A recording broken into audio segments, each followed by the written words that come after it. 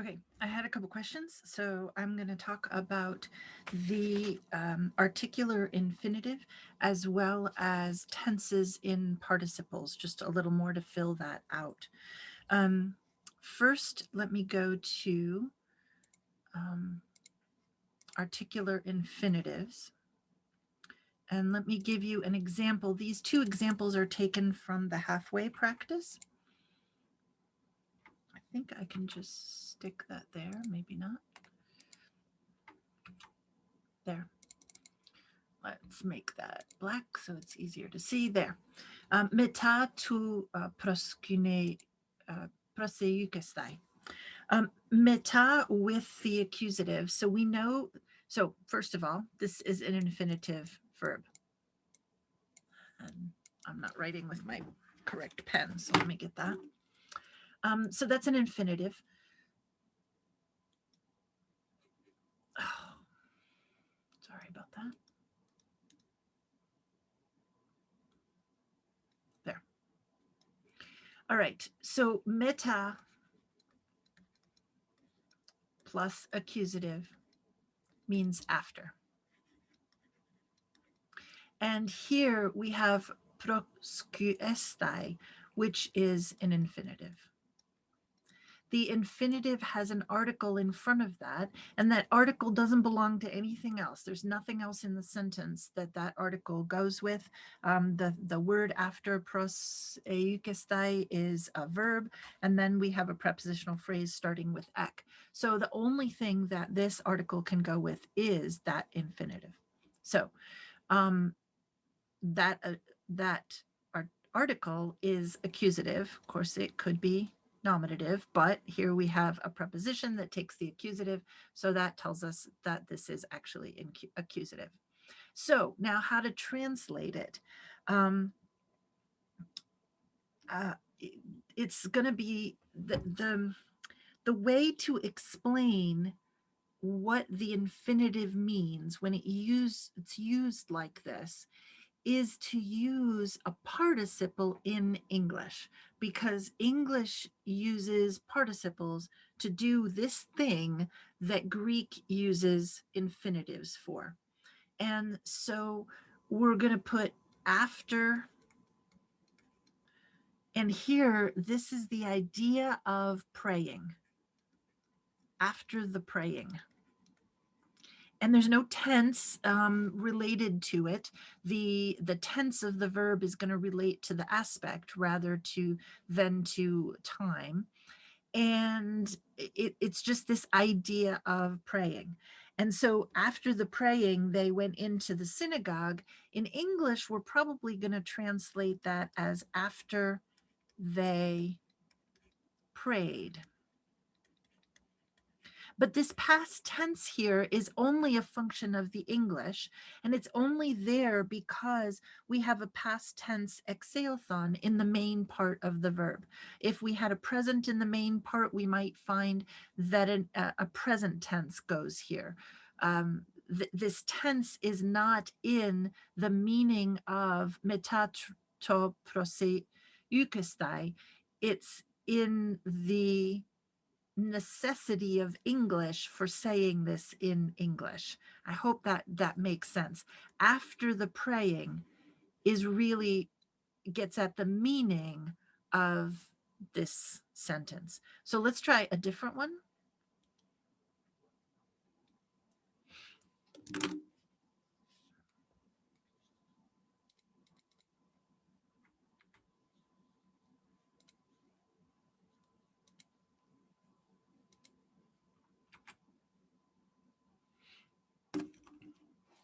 So again, we have a preposition, an accusative article, and an infinitive. And pros with the accusative is something like to, towards, but we've also seen that this can have the sense of purpose. So if we're going to just translate it sort of simply word for word, we might translate it as towards the worshiping.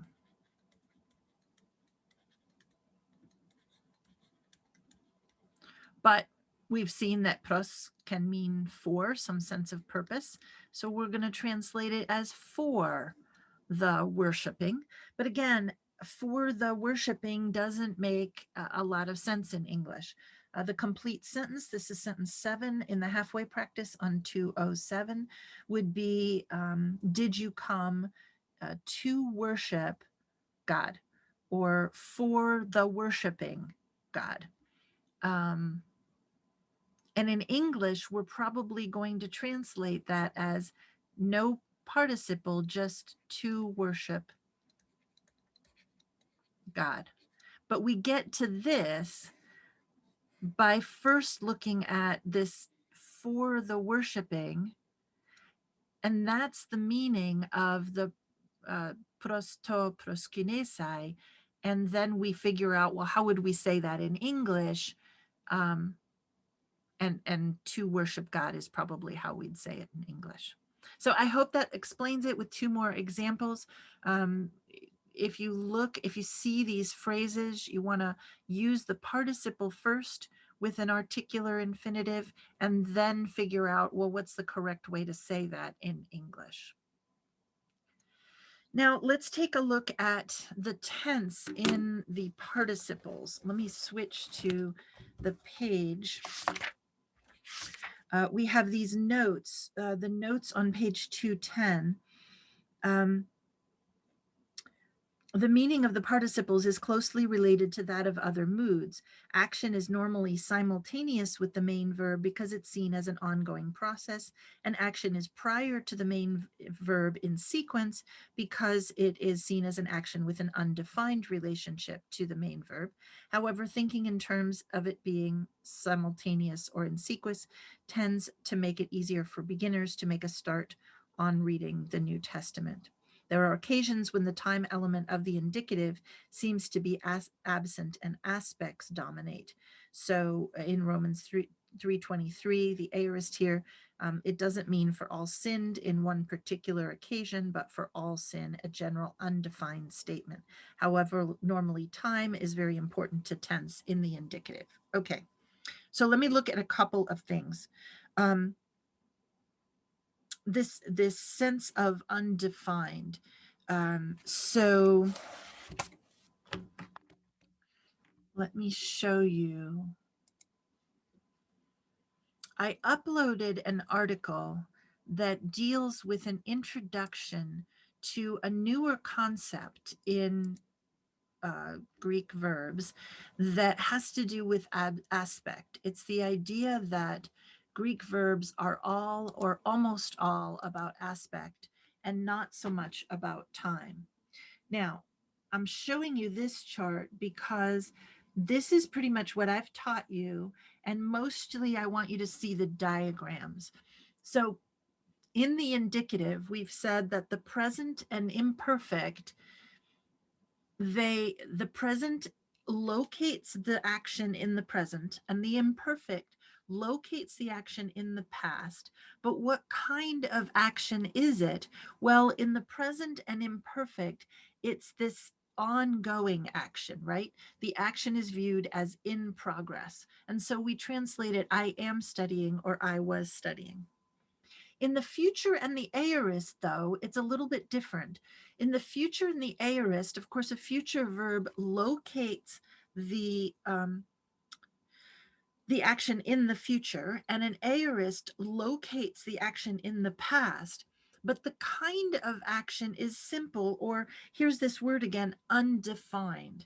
And I wanted to show you this picture of a circle because that's the best way I can explain what undefined means. The explanation there is that the action is viewed as a whole. Now, that doesn't mean it happened at that particular point in time, and I'm going to nail that to that point in time. No, it's just this thing happened, and there it is, and I'm looking at it in all of its happenedness or will happenedness, and I don't care to tell you anything more about it except that I'm pointing to that thing, that action. And so we translate it in English as I will study and I studied. And then the perfect tense locates it in the past, and the pluperfect, which we haven't seen yet, locates it in the past. The kind of time is a completed time. And so now we really are looking at it as this thing that happened, and it is that word punctiliar. There's a point at which it happened, but then it continues to have results. So I have studied for the perfect, and I had studied for the pluperfect. Now, the this whole article introduces you to a view of Greek tenses that is more related to aspect, that looks at aspect completely. That is generally what Duff is getting at in these two notes, is he's pointing towards that sort of newer theory that relates all Greek verbs to aspect. I wanted to introduce you to it as well. And so I gave you this article. This article helpfully ends with a series of reading that you can do that will introduce you to some of these newer theories. But hopefully this image of this undefined action is helpful to say undefined. There are, most languages have words that are general words that are, when I was out walking in the middle of the night, I was startled by an animal. Well, animal is undefined. Animal's one of those words that just, it doesn't matter if it was a bird or a wild boar or whatever it was. It was just something and it scared me. And what I'm really interested in is to tell you how it scared me. And I really don't care. I want you to know there was something moving and it scared me and it was alive. But that's all I want you to know. It's undefined. And there are times in language when we want to do that. And so the future and the aorist is undefined, and the participles, and here he's explaining that the participles are related to the main verb. So hold on a second. I'm going to switch screens and explain that a little bit more. All right, let's see what we can do with these sentences. I took them from, I think it was chapter 14. Yeah, I based them on a couple of the verbs in there. But so here we have Kai Elthon. I'm sorry, I couldn't make my this font do breathing marks, but Kai Elthon Egeren Autin. So what we have here is an aorist participle and an aorist main verb. I'll just call it main. And what Duff is telling you is this aorist participle, just like the aorist when it's in a main verb, is undefined. The aorist participle is also, in a sense, with an undefined relationship to the main verb. Generally, that means that it happens before the main verb. And so that's what Duff teaches. That's what I was taught, that the aorist participle means that it comes before the main verb. But actually, its relationship to the main verb is undefined. So sometimes you may find, especially with an aorist participle and an aorist main verb, that they pretty much happen together. But if we're going to translate this the way Duff teaches us to translate it, we're going to translate and after coming in, or after he came in.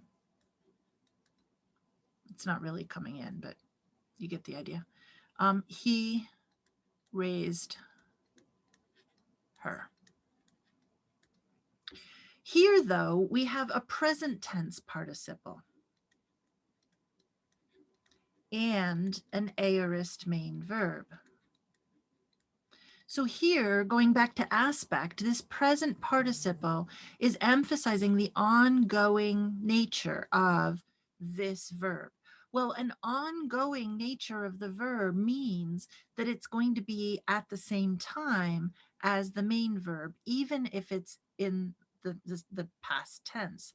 So that means we're going to translate this something like and as he came in, let's pretend that's a circle. I can do that because I'm the author. He raised her. Okay. Now I've changed the main verb to present tense. So now we have an aorist participle and and a present, present main verb. Again, the aorist participle means the relationship to the main verb is undefined, but usually that's going to mean that the action happened first, especially if you have a present tense main verb. If you have a present tense main verb and the author has not bothered to give you any signal in the participle regarding the timing of the action, usually it means it's already happened. So, and he,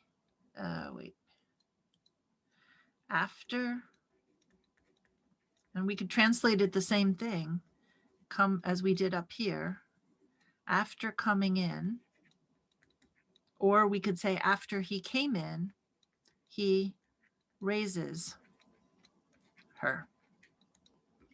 And then for the last one, now we have a present participle and a present main verb. And so now both verbs emphasize the ongoingness of the action. So we're going to want to emphasize that somehow in our translation. So, and as he is coming in, he is raising her. And technically here we should have